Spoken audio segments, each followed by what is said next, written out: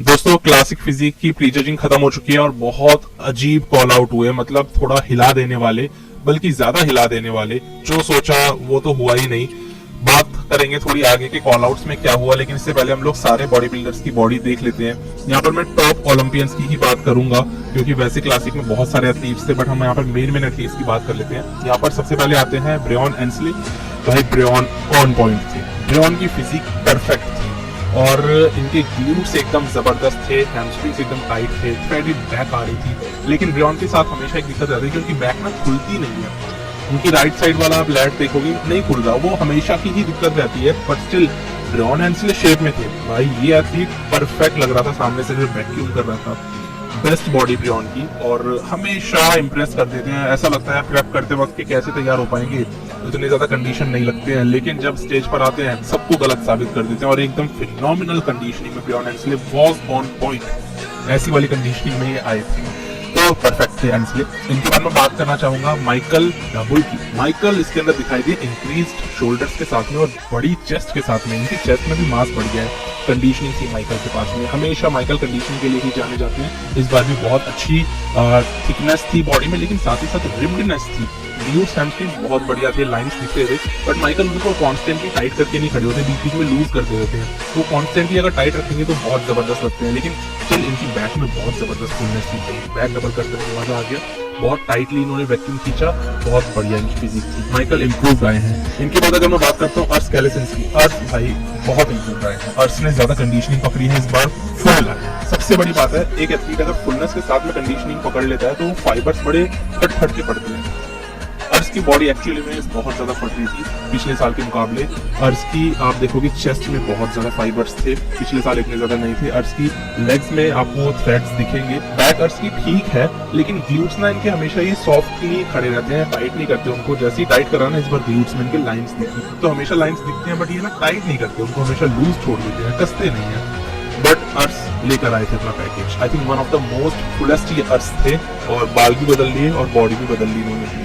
इनके बाद हम बात करते हैं दोस्तों यहाँ पर वेस्ले विजर्स। भाई वेस्ले आते हैं और वो उनकी लाइंस अगर ना दिखे लेग्स के अंदर तो मजा ही नहीं। वो लाइंस ना दिखाए ऐसा हो ही नहीं सकता ना। तो वेस्ले के लेग्स में वही अलग अलग दिखने वाले फाइबर्स, अलग अलग दिखने वाले मसल क्वाड्स के हमेशा दिखते हैं। बहुत जबरदस्त कंडीशनिंग थी। बैक जब इन्होंने दिखाई भाई फुल थिक बैक, एकदम जबरदस्त उसके अंदर फाइबर्स आ रहे थे और थिकनेस बहुत जबरदस्त। वही है कि लोअर बॉडी में लैक करते हैं, ग्लूट्स और हैमस्ट्रिंग्स ना होने के कारण बॉडी इनकम्प्लीट सी लगती है। बट वैसे फिर भी बहुत ज्यादा डेंसर थी। मोस्ट मस्कुलर के बाद इन्होंने किया, मजा आ गया। इनके बाद अगर हम बात करते हैं तो यहाँ पर माइक समरफील्ड दिखाई दिए। माइक अगेन बहुत बढ़िया अपनी फिजिक लेकर के आए, काफी ज्यादा वाइड है। हमेशा से इनके लेग्स बहुत ज्यादा वाइड जाते हैं, शोल्डर भी बहुत दूर दूर है इनकी, बहुत वाइड फ्रेम है इनका। अच्छे दिख रहे थे, फाइबर थे बॉडी में और बहुत ज्यादा सेपरेशन था, जो कि फुलनेस थी बॉडी में। बहुत बढ़िया बॉडी थी। इनके बाद अगर हम बात करते हैं, यहाँ पर आते हैं रेमॉन डीनो। तो रेमॉन भी अच्छे दिखाई दिए। इनकी बैक भी बिल्कुल अच्छी इंप्रूव हुई दिखी, क्योंकि इन्होंने इस बार पूरे बैक में ही अपना काम करा है। ग्लूट्स भी टाइट थे, हैमस्ट्रिंग्स भी अच्छे थे और फ्रंट से बॉडी 30 इनकी लग रही थी। फुलनेस थी इनकी बॉडी में और टाइटनेस थी। इनके बाद अगर बात हम करते हैं तो आ जाते हैं आखिरकार hero, star of the show आ जाते हैं क्रिस बमस्टेड। दोस्तों क्रिस ने यहाँ पर सबको गलत साबित कर दिया, सबको मतलब सही में सबको। जो बॉडी इन्होंने इस बार अपनी दिखाई, ये थे हार्डेस्ट क्रिस एवर। जैसी आए ना ये, इन्होंने अपना साइड चेस्ट जैसी हिट किया, भाई चेस्ट में फाइबर्स ऐसा नहीं था कि पहले नहीं पड़ते थे, पहले से ही पड़ते आ रहे हैं, बहुत जबरदस्त पड़ते आ रहे हैं। इस बार उस चेस्ट ने वो हार्डनेस पकड़ी है जो पहले कभी नहीं थी। इस बार बॉडी में जरा सा पानी नहीं दिखाई दे रहा था। बॉडी में इतने टाइट ग्लूट्स थे भाई, साइड चेस्ट करते वक्त वो टाई एंड्स, वो थ्रेड्स इतने डेंसर थे, पहले नहीं दिखे हमें ये सब चीजें।